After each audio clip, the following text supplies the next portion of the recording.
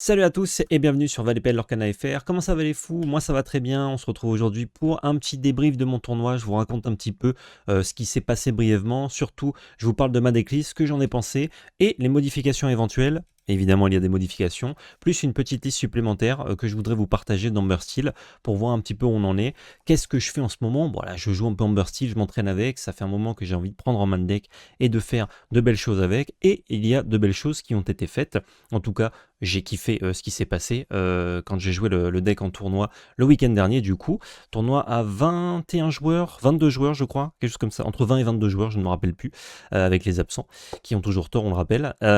Et du coup, ça a été délicieux de jouer sur Amber Steel Song. J'ai beaucoup aimé le gameplay, les games, le play pattern, etc. Je vais du coup vous débriefer un petit peu mon tournoi, vous dire un peu ce que j'ai affronté, comment ça s'est passé dans les games, puis vous parler des modifications que je ferai à cette decklist et de la dernière decklist. Avant ça, je vais vous parler déjà de la decklist que vous avez déjà vue en game si vous suivez cette chaîne, mais sinon je vais vous donner les explications de comment on a buildé ça avec Val. Et avant ça, je vous fais tout le planning. Vous mettez le pouce bleu, vous vous abonnez si ce n'est pas déjà fait, c'est gratuit, ça nous soutient. Et vous mettez un petit commentaire pour donner votre avis sur cette vidéo, sur Steelsong, sur la couleur du ciel, ce que vous voulez. Plutôt sur cette vidéo, mais la couleur du ciel je prends aussi. Et quand vous faites ça, vous rentrez dans un tirage au sort potentiel pour gagner un booster ciel scintillant en français. Ça fait plaisir. Voilà, si vous êtes tiré au sort par notre partenaire La Belle Carte, qui est la boutique qu'on a lancée avec Val et Baptiste, notre associé, labellecarte.fr, hein, vous pouvez évidemment acheter du petit Lorcana dessus, ça régale. Et ben du coup, elle nous permet, cette société, cette boutique, de vous offrir des petits boosters. Et ça fait plaisir, ça régale. Merci à elle. Pouce bleu, commentaire, abonnement. Et vous pouvez être tiré au sort, ça fait plaisir. Merci à notre sponsor également, Ultimate Guard, lien d'affilié dans la description. Vous cliquez, vous êtes sur leur site, vous achetez leur dinguerie. Qu'est-ce que je peux vous montrer comme dinguerie? J'en ai plein. Voilà, j'ai par exemple cette énorme deck box qui contient des énormes decks pour Magic, mais qui peut contenir facilement 2 decks Lorcana slivés, double slivés. Donc c'est très très pratique si vous voulez avoir les 2 decks avec lesquels vous rossez régulièrement dans une même deck box. Voilà, c'est les 133+. Ceci étant dit, passons à la decklist. Qu'est-ce que c'est donc que ce Amber Steel Song? Il y a 2 Piglets, il y a Palais Daisy, il y a plein d'orientations différentes qu'on peut prendre avec Amber Steel Song. Cette version-là, la principale, c'est les lanternes. Voilà, on joue les lanternes qui permettent, donc ils sont non ancrables. Quand on les engage, on peut payer une encre de moins pour le prochain personnage qu'on joue ce tour-ci. Et en fait, ça permet d'accélérer et de jouer des personnages plus tôt. Ça ne marche qu'avec les personnages. Pour un deck qui veut jouer quasiment un tiers de chansons dans son pack, c'est un peu bizarre, me direz-vous, mais pas tant que ça. Pas tant que ça, parce que ça nous permet d'accélérer, notamment de faire des trucs comme Navin, Navin tour 3, qui chante un Rêve bleu ou un Zeus. Ça accélère, on a un bon body, un très bon chanteur. Parce que d'habitude, tour 3, on fait Ariel, qui va nous trouver une petite chanson qu'on va chanter avec Cendrillon ou quoi, ou Ursula qu'on aura joué au tour 2. Et Ariel, on espère qu'elle passe le tour, alors on croise les doigts, pour pouvoir chanter un Rêve bleu ou une autre chanson un peu sympa. Sauf que souvent, elle est gérée Ariel. Donc elle a fait sa value si elle n'a pas fail, ce qui m'est souvent arrivé. Et ensuite, on se sert d'Ariel pour chanter, voilà. Prince Navin, on peut pas interagir. On joue Navin, on peut jouer une chanson gratuitement, l'adversaire ne peut rien y faire. Tant qu'on a 4 d'encre, et dans notre cas c'est 3 encres plus une lanterne, l'adversaire il va juste être deg, à moins qu'il nous ait défaussé nos chansons évidemment. Mais ça, c'est que les méchants qui font de la défausse. Hein. Les gens gentils ne font pas ça.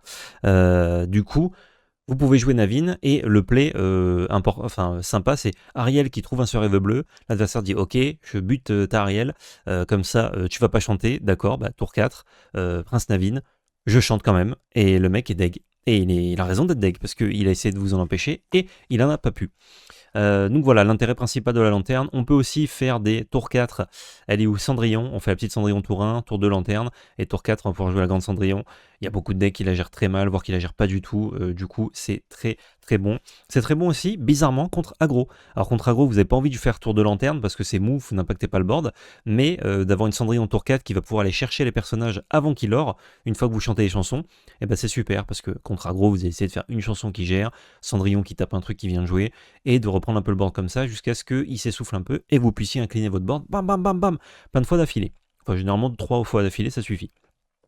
Donc voilà, c'est un peu ça le but de la decklist, c'est de faire lanterne pour rapidement jouer Prince Navin ou Cendrillon. On a des petits Tinkerbell aussi qui régalent, il faut le dire, ça régale notamment contre aggro, il y a plein de match-up où ils peuvent pas trop la gérer, c'est un peu relou, ça prend pas Medusa et tout contre Violet Rouge, même si Violet Rouge n'existe plus trop actuellement. c'est sympa. On a en chanson des petites techs avec Bare Necessities qui vont enlever des Soyez prêtes, qui peuvent enlever aussi des objets de rampe pour la plume et l'arête, pour bleu-rouge, ou n'importe quoi de chiant dans bleu-rouge, c'est tout son deck littéralement. World Greatest Criminal Mind qui est parfois un peu bizarre, mais contre bleu-rouge c'est très bon, on aimerait en avoir 4. Et en mirror, bah, ça sert à gérer les Cinderella si l'adversaire en joue. Pas tout le monde en joue, donc heureusement c'est ancrable, mais voilà. C'est intéressant, moi je la garde, je l'ai beaucoup gardé dans ma main longtemps pour voir si j'avais besoin de m'en servir ou pas quand je jouais en mirror. On a 2 piglets parce qu'on n'a pas envie de concéder complètement le match-up à bleu-rouge. Bleu-rouge, comment on le bat avec ce deck, c'est très dur. Il faut avoir un Surreve bleu et il faut faire tour 3 Navine qui chante un Surreve bleu avec une lanterne. Ou bien on peut aussi faire tour 3 Robin sur le petit Robin, mais ça c'est plus dur hein, parce qu'il va le gérer souvent. Et on chante Surreve bleu. Et ça permet de faire des trucs. Ensuite, on essaie de faire un peu la course au lore et de placer des piglets et des semis. C'est un peu comme ça qu'on va essayer de battre bleu-rouge. C'est notre plus mauvais match-up. Les autres match-ups sont assez bons, je dirais. Enfin, bons ou ok. Violet-rouge, pas violet-rouge, violet-vert. Ça passe. On peut faire des trucs contre lui. Il y a des setups où, quand il joue plus big, notamment vous l'avez vu contre Val avec des gros sur celui-là, c'est compliqué parce qu'on a du mal à gérer. Mais c'est pas non plus insurmontable. Aggro, avec cette version, il y a des fois, vous avez toutes vos gestions, vos petits chanteurs et tout, ça se passe bien. Vous Tinkerbell notamment, c'est cool. D'autres fois, vous trouvez des lanternes qui font pas grand chose, hein, parce qu'une fois qu'on s'est un peu accéléré, bah, finalement, c'est juste une encre qu'on a payé 2. C'est un peu compliqué contre aggro avec cette version-là, mais c'est pas mort. C'est pas mort, vous le verrez. Je vous en parlerai pendant mon petit débrief. Pat, on en joue que 3. Je pense que ce serait bien de passer à 4, honnêtement, parce qu'il y a des games où vraiment c'est très fort de faire juste patte dans patte. C'est pas un qui est un peu intéressant, c'est d'en jouer 2 d'affilée. Il y a d'autres games où ça fait pas grand chose, mais ça reste un chanteur à 3, décent, donc bon, c'est ancrable. En vrai, si on a la place, pourquoi s'en priver? Et réponse, elle est encore mieux qu'avant, notamment avec les SMI, donc vraiment c'est très très bien. Voilà un peu pour la decklist, je crois que je vous ai tout dit là-dessus. Je passe rapidement au débrief des games. J'ai pas les decklists de mes adversaires. C'était un petit peu compliqué de récupérer les decklists de tout le monde. Ils vous auraient pas forcément voulu tous me la donner, donc je vais juste vous dire un peu ce que j'ai affronté. Ronde 1, j'affronte un Mirror de Silsong, mais une version très différente qui joue les flûtes, qui joue les Alana Dale. Donc lui, il veut vraiment jouer plein de chansons. Je crois, il m'a dit de tête qu'il en jouait une quarantaine de chansons, ou peut-être un peu moins, peut-être genre entre 35 et 40, mais vraiment il en joue énormément. Et justement, lui, il va gagner en lore à distance avec ses Alana Dale et ses flûtes. Et ses Alana Dale qui sont des bons chanteurs qui, en plus de ça, lui permettent de gagner 2 de l'or si jamais il les incline. Donc ça va vraiment vite. J'avais noté un petit peu, je voulais noter ce qui s'est passé dans les rondes, mais j'ai pas eu le temps, ça s'est assez vite enchaîné. Du coup, j'ai noté que pour la ronde 1, mais je vous le dirai rapidement de tête. La 1, c'est bagarre de board, c'est assez intéressant. Il joue des grandes Ariel qui permettent pour 2 de mettre 3, et ça, c'est un enfer en mirror parce que c'est très chiant à gérer, surtout s'il l'incline jamais. Et en plus de ça, bah, ça ça fait la mitraillette sur tout mon board, c'est relou. Et moi qui joue des Prince Navin, bah, ça tue mes Prince Navin, ça tue mes petites Ariel, ça tue mes Monsieur Smith. Ça peut tuer mes Pete, même si Pete il a déjà fait son taf, c'est assez relou. Mais j'arrive, voilà, on arrive à se gérer un peu chacun, j'arrive à lui temporiser ses Ariel, et au bout d'un moment, j'incline le board, il peut pas revenir, comme il joue moins de personnages que moi, donc s'il a pas sa Ariel qui fait la mitraillette, j'arrive à le dépasser en lore, et en plus je gère à vue tout ce qu'il joue pour ne pas qu'il puisse chanter, vu qu'il a beaucoup de chansons. S'il a pas de chanteur, forcément, il est un petit peu dans la mouise. À la deuxième, il me gère tout. Il me gère tout. Je ne peux rien faire, je reviens jamais. Et il a 3 Alana Dale, donc la moindre chanson, c'est 3 de l'or. Plus il incline ses Alana Dale, c'est 6 de l'or. Enfin, vraiment, c'est terrible. Il les trouve tous. Il en a 3 sur le board. Je crois qu'il a le 4e en main d'ailleurs. Donc vraiment là, je pouvais pas faire grand chose sur celle-là. Et puis il a fait la sortie classique des petits chanteurs dans Je te gère tout. Et puis moi je chante. Donc toi tu chantes pas, moi je chante. Trop fort. Et à la dernière, j'ai une main bizarre avec 2 Navin et 3 Zeus. Après mon mulligan, je suis en mode bon, bah, on va voir. J'ai une lanterne, donc j'ai beaucoup de non ancrables. J'ancre tout ce que je pioche parce que justement, j'avais que des non ancrables après mon mulligan, bizarrement. Et du coup, bah, je fais Navin tour 3 qui chante, qui tue son Ariel avec Zeus. Je fais Navin tour 4 qui chante un autre Zeus qui tue, je sais plus quel chanteur, sûrement Alana Dale. Et je fais 2 de l'or, 4 de l'or, 4 de l'or, 4 de l'or. À chaque fois, je gère, un peu au top deck, et ça passe. Ben, je monte très vite en l'or. Je suis à 2 de l'or, puis à 6, puis je monte à 10. Je joue une réponse juste pour gagner plus de l'or. Puis il me gère un Navin, je passe à 14 de l'or. Je repose un peu de board, je passe à 19. En fait, juste, il avait des chansons qui n'interagissaient pas suffisamment. Moi, j'ai géré les créatures. Il avait une sortie plutôt créature, et du coup, il pouvait pas chanter ses chansons. Et du coup, je gagne la ronde 1. Ça fait plaisir. Les autres rondes seront moins détaillées, parce que j'ai pas eu le temps de noter. Ronde 2, très original, vous allez me dire, j'affronte un Mirror. Un Mirror, c'est super. Ça fait longtemps qu'on n'avait pas affronté. Mirror, vraiment très très proche, pas beaucoup de différence à part qu'il y avait les Daisy dans la liste de mon adversaire. Pour le coup là c'est du Mirror classico, pas grand chose à vous dire. Je perds le toss mais je gagne la une. Mon adversaire fait une petite erreur. Elle a Ariel, elle joue aussi Ariel Sirène. Ariel Sirène, c'est que des Ariel Sirène, je suis con. Ariel la grande, comme mon premier adversaire, et je suis un peu étonné parce que c'est pas une carte qu'on voit beaucoup. C'est bien en Mirror, mais c'est pas très bien contre bleu-rouge par exemple. C'est même très mauvais contre bleu-rouge et qui est un mauvais match-up. Donc c'est une carte qui est bien quand t'attends beaucoup de Silsong. Bon là, ma première ronde et ma deuxième ronde le confirment. Ma troisième ronde aussi, qui a beaucoup de Silsong. Donc finalement c'est un bon call, mais je suis étonné de voir autant d'Ariel. Et moi ça m'arrange pas parce que c'est une carte que je gère mal et qui m'impacte beaucoup. Du coup, elle a une Ariel, elle arrive à gérer un peu mes bêtes. Et il y a un tour où elle ne gère pas un de mes chanteurs, qui est Navin, je crois, ou Robin des Bois, je ne sais plus. Ouais, c'était un Robin des Bois. Et elle joue une Cendrillon à 7, du coup en altération sur sa petite Cendrillon, que j'ai pas pu gérer. Du coup là, vous allez dire, ça pue. Mais en fait non, parce qu'elle incline son board. Elle incline son board, elle incline son Ariel et sa Cendrillon, ce qui me permet de faire, avec mon Robin, je vais chanter un World Greatest Criminal Mind qui va gérer ta Cendrillon.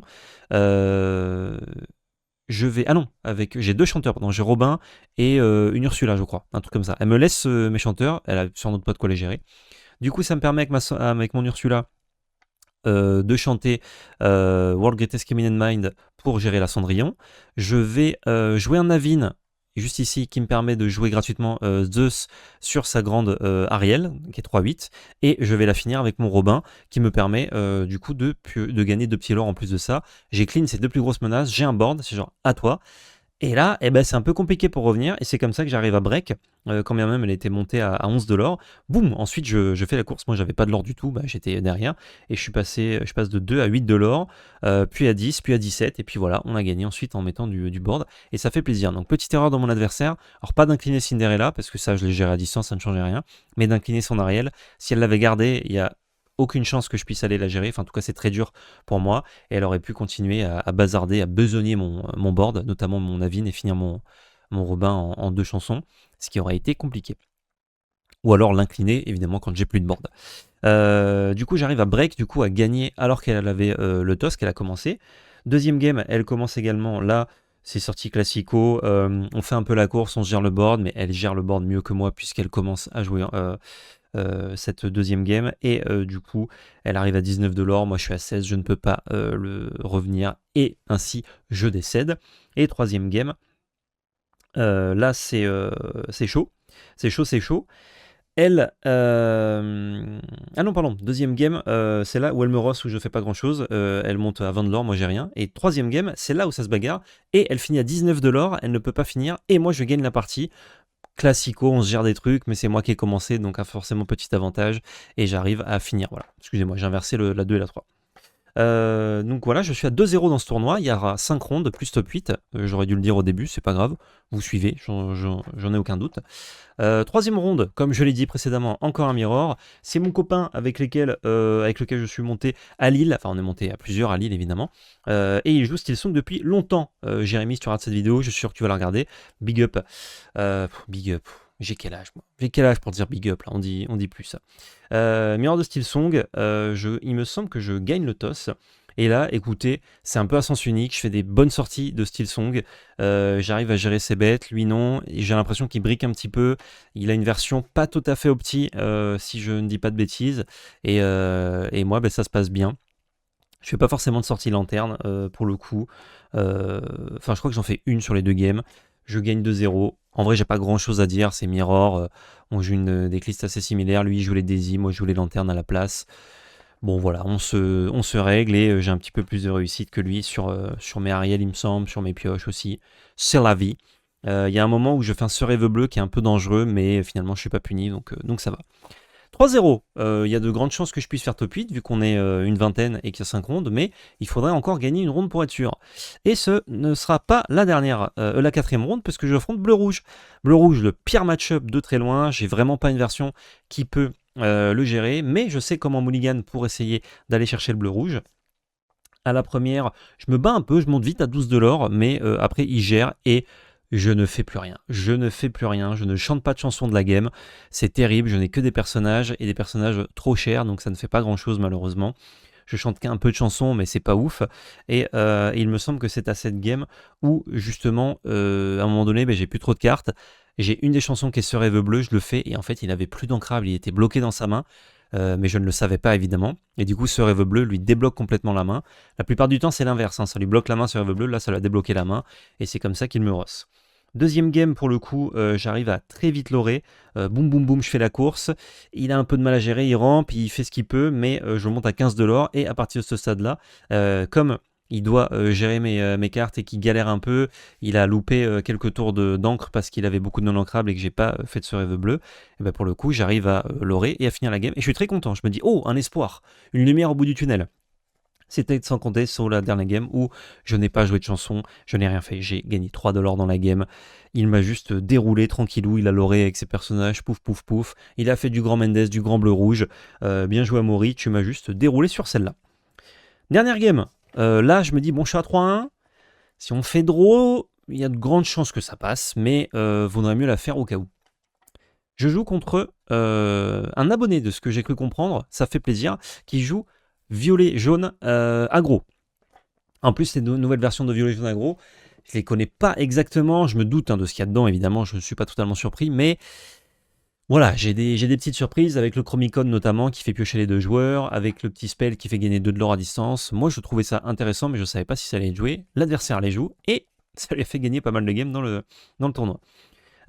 Du coup, on joue, il monte très très vite en lore à la première game. Ça va trop vite. Je me fais souffler par Daisy Tourin. Je suis pas loin de redresser la game, mais malheureusement, il est à 16 de l'or et il me joue 2 fois la carte qui fait gagner 2 de l'or à distance. Il avait trop de cartes en main, malheureusement, je pouvais pas faire grand chose. C'est le problème d'Aggro. S'il monte vite en l'or et qu'en plus il a des cartes en main, vous savez que vous êtes mort.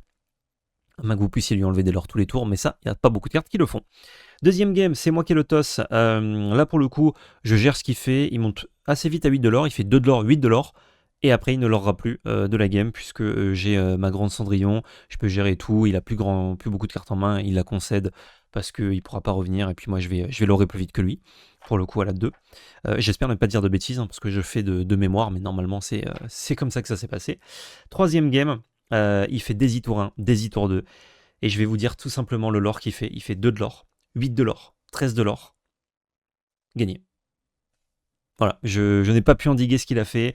J'ai essayé de mulligan, mais j'ai pas eu grand chose. Il allait trop vite, les Daisy, c'est trop dur pour moi à gérer parce que mes chansons mettent 2 ou autant que j'ai de board, mais du coup le board c'est long à développer.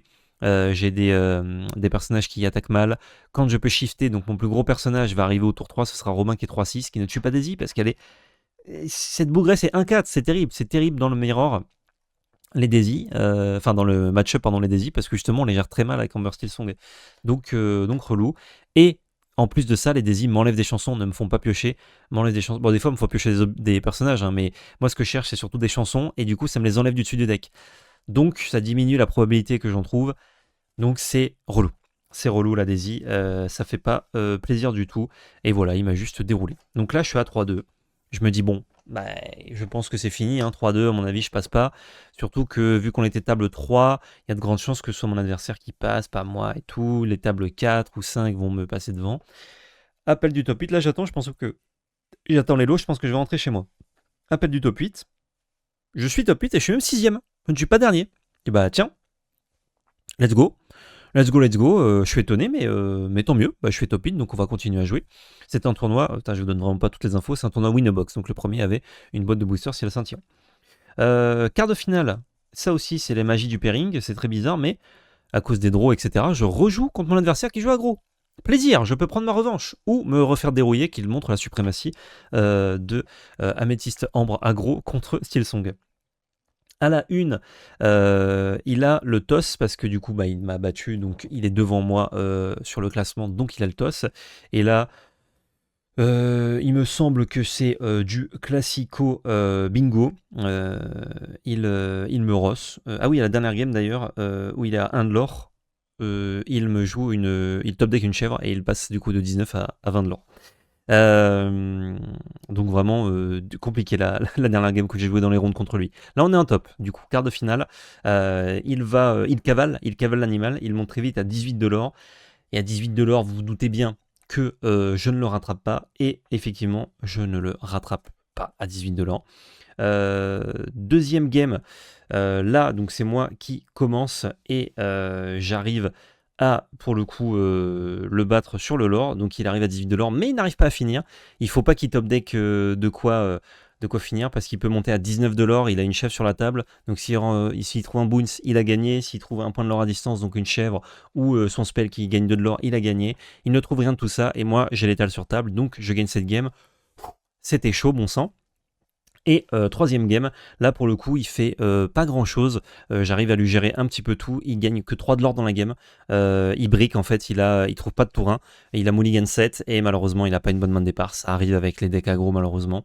En plus que du coup pour ancrer c'est un peu compliqué avec sa main et ensuite bah, tous les tours 1 arrivent mais c'est trop tard, hein, jouer un tour 1 par un tour 1. Moi j'ai déjà du board, justement j'ai commencé à lorer quand lui il est à 3 de l'or, moi je suis déjà à 9 et du coup bah, comme j'ai quand même des loreurs dans le deck qui peuvent un peu lui faire la course, notamment des piglets, bah, ça peut aller très vite et du coup je gagne, je prends ma revanche et je prends ma revanche au bon moment parce que ça me permet de passer en demi-finale. Demi-finale, je vois les tables, je vois un peu ce qu'il y a autour de moi. Il y a un bleu-gris et 3 bleus-rouges potentiels que j'affronte. Je fais compliqué et ce sera un bleu-rouge. Ce sera un bleu-rouge que j'affronte en demi-finale. Complicado, mais on peut le faire. J'ai le toss. Parce qu'il a fini 7ème, moi 6ème, donc je commence, ça fait plaisir. Et là, je rush. Je rush, combien même j'ai pas grand chose pour le faire. Bam, bam, bam, je disrupte un petit peu. Pou, pou, pou, pou, pou. Je fais un petit survival bleu, je crois, dans l'affaire. J'arrive à gagner du lore. 3 de l'or, 5 de l'or, 9 de l'or, 14 de l'or, 19 de l'or. Là, quand on a 19 de l'or et que lui, il est à 2, il a beau aller très très vite. Dès qu'il va laisser passer un personnage, je vais gagner. Et du coup, c'est ce qui se passe. Et je l'emporte. Ça fait plaisir. J'ai 2 matchs pour le faire. Sur les 2 matchs, il faut qu'il y en ait un qui se passe bien. Et sur les 2, il y en a un que je vais commencer, parce que s'il gagne les 2, bah, je vais commencer la 3. Ça régale. La 2 se passe assez bien au début. J'arrive à monter un peu en lore. 2, 6, 8, 10. Il se passe des trucs. Lui, il monte un petit peu en lore tranquillement, mais bon, il gère surtout. Et après, c'est 6 sous. On est un peu tous les deux au top deck. C'est grande 6 sous top decké, je crois. Je ne veux pas dire de bêtises, mais il me semble que oui. Parce que j'avais vu sa main, je crois. Into, encore grande 6 sous. Vraiment là, le festival, j'avais un peu gardé des cartes en main au cas où, mais quand il me fait double 6 sous, ça dégage, je ne fais plus rien, et je ne reviendrai jamais de cette game. Dernière game, je la commence. Pareil, j'arrive un peu à l'orée, bam bam bam, on monte à 10 de l'or, et lui, non, il ne monte pas en l'or au début, mais il a juste des bonnes gestions, il monte en encre, ce qui est plus important que le l'or pour bleu-rouge, et juste il me déroule, et malheureusement, mon tournoi s'arrête là en demi-finale, mais vu le nombre de bleu-rouge, c'était aussi un bleu-rouge que j'allais affronter en finale si je gagnais. Ça allait être d'ailleurs Amaury que j'ai affronté en ronde qui allait pouvoir me re-rosser. Ça allait être dur. Et finalement, est-ce que c'est étonnant de perdre contre des bleus rouges avec ma decklist? Non. Je suis très content par contre d'avoir fait 2-1 contre les 2 bleus rouges avec ce deck là parce que vraiment c'est pas une liste qui est adaptée du tout et c'est très dur, c'est très, très bricky comme version contre bleu rouge. Donc d'avoir fait 2 fois 2-1, je me dis que sur mon mulligan, sur ma décision, je peux au moins prendre une game à bleu-rouge, même si ça sert à rien, hein. Quand c'est du BO3, bah, tu perds, mais je me fais pas 2-0 sale. Même si les games que je perds, c'est un peu aplatissant, les games que je fais dans les rondes, bah, elles sont un peu bizarres, et les games que je fais dans le top, c'est des games assez normales pour le coup, et juste, bah, je me fais un peu aplatir par bleu-rouge, et en même temps, j'ai pas de quoi rétorquer. Mais je fais pas les meilleures sorties non plus. Donc je me dis, ça peut le faire avec un peu de chance. Donc voilà, ce que j'ai pensé de cette version, bah, c'est très cool. Les lanternes, pas si cool que ça honnêtement, ça a fait des trucs bien des fois, mais ça n'a jamais été délirant. En tout cas de mon point de vue, peut-être que mon adversaire s'est dit « Waouh la vache et tout, c'est fou ». Moi j'ai trouvé ça très ok, mais briquer un peu, c'est vraiment un truc horrible à piocher en late game. Parce que bah, c'est même pas une encre. Alors vous pouvez la jouer évidemment, ça vous donne l'équivalent d'une encre, mais ça vous a coûté 2. Et ça peut pourrir des mains de départ des fois quand vous en avez plusieurs. Franchement, c'est pas ouf. Par contre, j'ai fait des games avec 2 euh, deux lanternes que je calais genre autour 2 ou 4 et ça faisait des patterns de play où je dépose ma lanterne et je joue quand même un Smee, une Ursula ou un petit Taurin à côté et c'était hyper sympa pour ça. Donc lanterne, pas dégueu, mais ça m'a pas convaincu. Je vous montre la version que j'ai buildée avant cette vidéo que j'aimerais rejouer à l'avenir. Voilà, un peu modifié et notamment bleu-rouge c'est un peu trop dur donc on veut pas abandonner un match-up qui est si représenté, vraiment beaucoup de gens jouent bleu-rouge, en même temps c'est potentiellement le meilleur deck du format, donc normal, en tout cas un des meilleurs decks du format. La Queen qu'on rajoute parce que c'est le seul moyen de faire ce rêve bleu tour 2 et notamment comme il a les typos, quand il commence il se vide déjà un peu la main parce qu'il a joué 2 encres, plus typo, plus ce qu'il a ancré, donc il a plus trop de cartes en main, mais ce rêve bleu, ça peut lui créer une brique parce que ça détruit un peu son mulligan. Et nous, on aura fait encre, queen, ce rêve bleu. Donc on aura utilisé 5 cartes de notre main. Ça va. Ça va, il y a pire. On a un bon chanteur qu'il aura du mal à gérer en plus potentiellement. Donc ça régale. Donc voilà, ça c'est la version. J'ai pas touché les autres chansons. Enfin, j'ai pas touché les chansons du tout. J'ai juste cuté les lanternes. Par rapport à ça, j'ai cuté un peu d'Ursula, j'ai cuté les piglets. Parce que du coup, on se dit, on va pas essayer de turbo-lorer avec des piglets contre bleu-rouge. On en a avec 2. On les enlève. On va juste essayer de faire Queen. On a beaucoup de tourins, donc aussi contre aggro, c'est pas mal. Queen contre aggro, c'est cool. Ça va gérer beaucoup de trucs. Et notamment, quel est l'intérêt de la Queen? De tuer les Daisy contre aggro et en mirror quand ça joue des Daisy en face, la Queen elle peut aller les chercher et ça fait plaisir, ce qu'on ne peut pas naturellement. Plus de Tinkerbell, c'est bien contre aggro mais c'est un peu lent, on peut pas l'altérer et du coup on n'a plus les lanternes donc ça dégage. Je montre à 4 pattes, 4 pattes c'est marrant, parce que vraiment c'est une carte qui est impressionnante dans sa multiplicité, en jouer 2 coup sur coup c'est vraiment très puissant. Par contre contre bleu-rouge, honnêtement, les plays que je voulais faire, souvent, c'était pas ouf, c'était pas pit, quoi. Ça peut être très fort, mais en fait, ce que ça développe pour moi sur le board, c'est pas ouf. Donc, gagner un tour contre bleu-rouge, qui sont des games qui vont de toute façon être longues, c'est pas zinzin. Ça peut être ultime contre bleu-rouge, comme ça peut être naze, très honnêtement. Donc franchement, j'ai fait 6 games contre bleu-rouge, donc je peux vous le dire, hein, de ce que j'ai ressenti, c'était pas ouf. Et Ursula, des fois c'est très bien, et des fois c'est un peu mouais. Du coup, je repasse à une seule, parce que le but d'Ursula, c'était de combler les queens qu'on n'avait pas, qui étaient des chanteurs, qui étaient gros chanteurs, grosses chanteuses du coup, qui arrivent à 2. Autour d'eux, là du coup Ursula elle fait ce job là. On en a quand même une parce qu'il faut pas déconner, c'est très bien. Mais voilà, c'est moins bien que Queen. Si jamais je la cutais, ça me choquerait pas non plus pour avoir 4 Smee par exemple. 3 Navin, parce que j'ai adoré Navin. C'était un bon loreur, un bon chanteur. Ça proposait des plays proactifs, comme je vous dis. Ariel tour 3, elle se fait gérer. Navin qui chante quand même.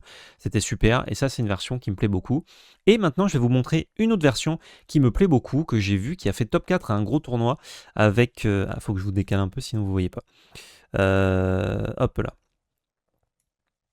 Ouais, ça ira à peu près.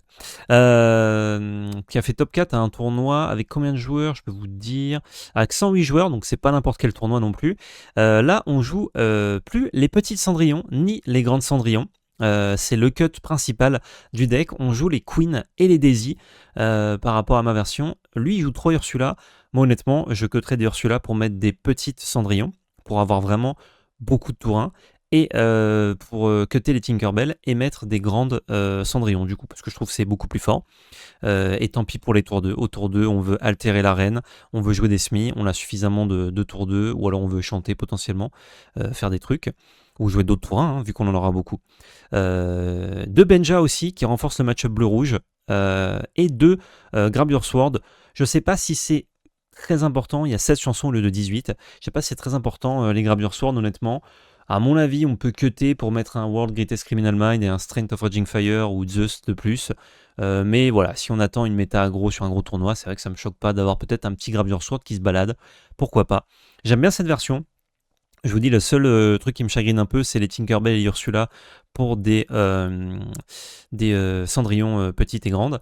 Mais honnêtement, le fait qu'on puisse rajouter et des Queens et des Daisy pour le match-up bleu-rouge, c'est très bien, parce que du coup, on a le play Oops I Win autour d'eux de Whole New World. On a des Daisy qui vont être bien dans certains match-up mirror de Steel Song et bien contre ces maudits bleu-rouge, parce que vraiment, il peut le gérer, hein, mais genre, ça va gagner du lore, ça va pas forcément lui faire piocher beaucoup de personnages, ou alors des personnages de late game, on s'en fout.